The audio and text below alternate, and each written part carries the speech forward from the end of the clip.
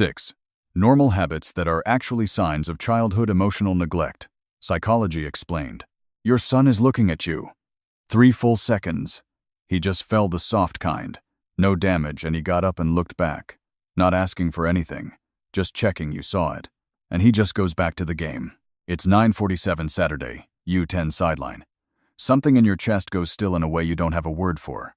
Because no one ever stood at the edge of your field when you were 8. If you were told your childhood was normal by your mother, your siblings, by yourself at 3 in the morning, this is for you. You weren't beaten. You weren't unloved on paper. Bills got paid. Birthdays got remembered. Somewhere underneath, you've been carrying something no one in your house had words for. 6 adult habits that look like personality. They aren't. They're the shape of childhood emotional neglect without anyone in your house calling it that. You apologize too much. You can't quite rest. You can't name what you're feeling tonight. You rehearse the conversation before it happens. You don't ask for help. You feel responsible for the mood of every room you walk into. You weren't lazy. You weren't difficult. You were emotionally neglected. You know exactly what I'm describing. Here's the thing nobody in your house had words for. That's not strength. That's a body that learned to need less. Not because your parents failed you. Most of them didn't. They were raised by people who didn't have words for any of this either. Their fathers didn't have words. The wound is older than the people in your photographs. Nobody failed you. Language failed all of you. And the body in your chair right now is the one that adapted to that. I want to walk you through 3 boys, not metaphors. Roles your 8-year-old built so you could survive a house that didn't have language for what you needed. The first is the reader. He learned to scan rooms before he could spell micro-expression. His job is your eyes. He still reports every morning. The second is the fixer. He learned to manage other people's moods before he managed his own. His job is your hands. He's already saying I can swing by Saturday before your mother finishes her sigh. The third is the still. He's the quiet one. The still learned that needing produced nothing, so he stopped. His job is your chest. We're going to walk into him last, carefully. I want to show you what this looks like when it's measured, not in a 42-year-old, in a baby. In 1978, Tronick filmed a mother going still-faced. 2 minutes. The infant tried, then withdrew. A body learning to need less.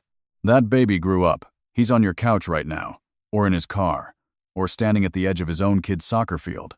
Start with the first one. The reader started early.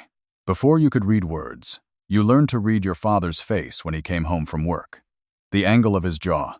The speed he set his keys down. Whether the door closed soft or hard. By the time you were 8, you could predict the weather of the house in 3 seconds. He's the one who rehearses the conversation in the shower. He's the one who knew your boss would cut the budget 2 days before the email came.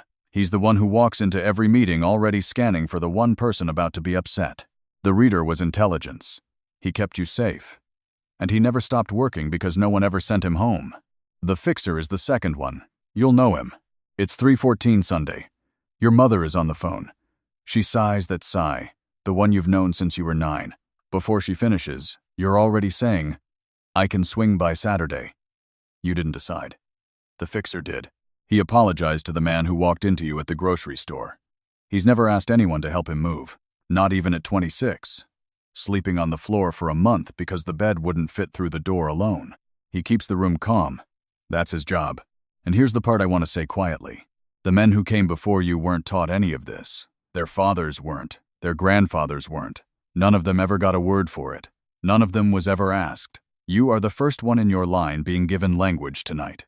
Your body isn't broken. It was 8. It had no help. It built 3 boys to keep you alive. The reader watched.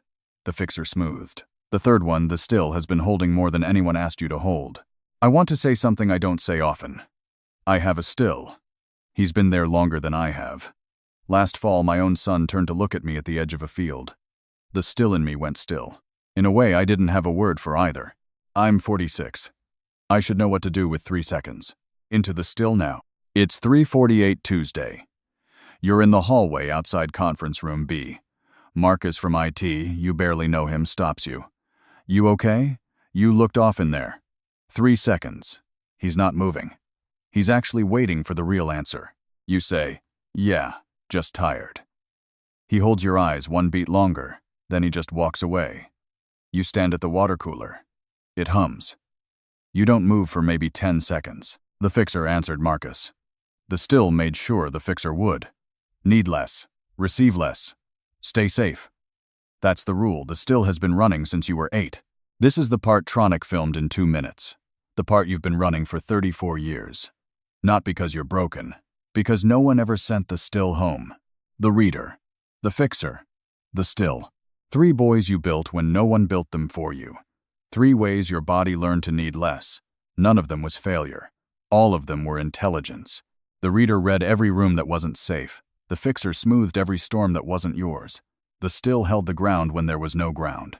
You don't need to fire any of them. You need to thank them, and then start asking what your body would need now if anyone ever finally asked you. Before you sleep tonight, ask yourself 3 things. 1. Which boy is on right now? The reader, the fixer, or the still? 2. Which one has been on the longest since you were small?